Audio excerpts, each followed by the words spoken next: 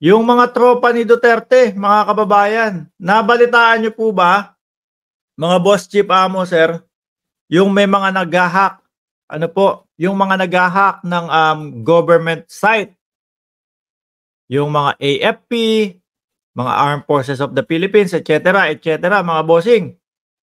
Ano? Eh, nahuli nga nila, nahuli ng, bagong NBI director. Aba, ito, kakabalita lang natin nung mga makaraang linggo. Kasi etong si, Jaime Santiago, mga kababayan, dati nung panahon ng 2000, 'no, ang tawag diyan SPO4, Jaime Santiago. Kilalang-kilala ho 'yan, mga kababayan. Lalo na kapagka yung mga hostage taking naganap 'yan po ang talagang papadala nila. Tegi kapagka yung talagang, makulit yung ng hostage ho, mga kababayan.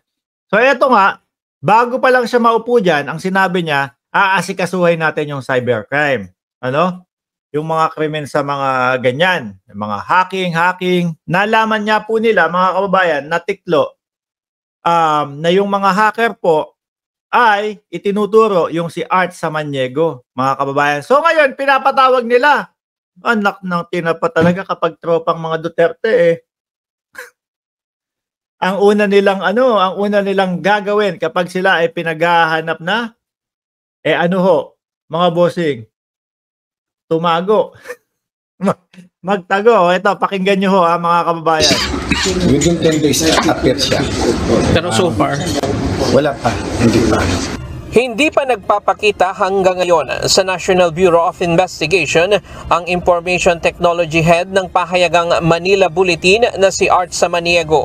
Ito ay kahit nabigyan na siya ng subpoena ng NBI upang magpaliwanag sa pagkakadawit ng kanyang pangalan sa hacking incident sa ilang government websites at pribadong kumpanya. 10 araw ang ibinigay ng ahensya sa kolumnista upang ipaliwanag ang kanyang panig sa akusasyon laban sa kanya.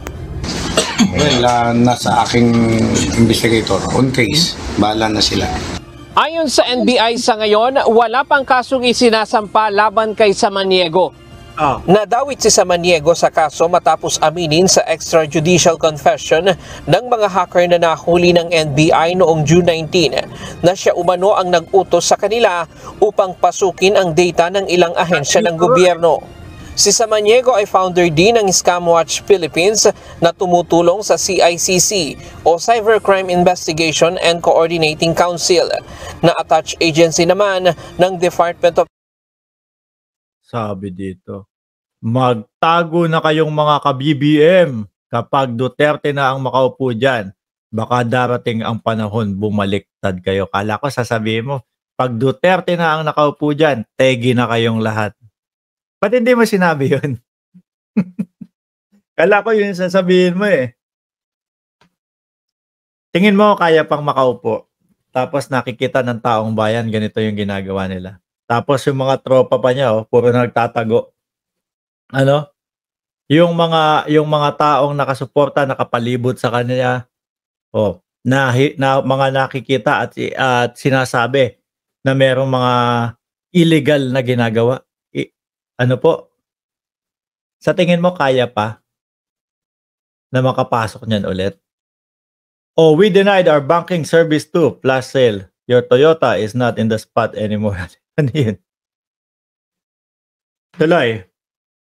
Information and Communication Technology. Payo ng DICT kay Samaniego, harapin ang reklamo at magpaliwanag sa NBI. I understand. Oo nga ho eh. Kaso ang mga tropang Duterte, kapag ka naipatawag, kapag ka may investigasyong mga ginagawa sa kanila, ang una ho nilang ginagawa, mga kababayan, ay magtago agad. Anyway, hindi pa naman po lubusang nagtatago.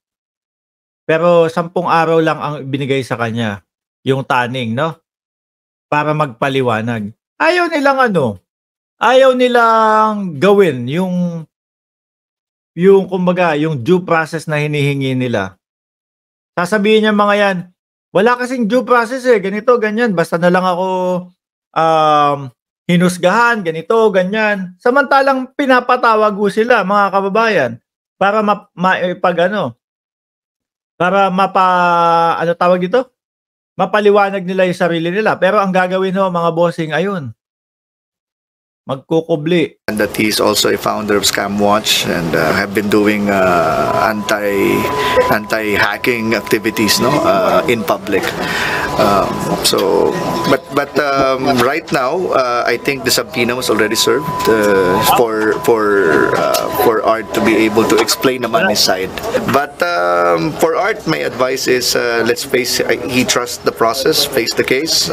Mga hindi ho siguro kayang mga magpaliwanag dito ng sarili nila, yung mga pinaggagawa nila, mga bossing na yan na bubuko sa kanila, hindi siguro ho nila kayang ipaliwanag. Kaya ang ginagawa at una nilang tawag dito, solution, magtaguho. Ano?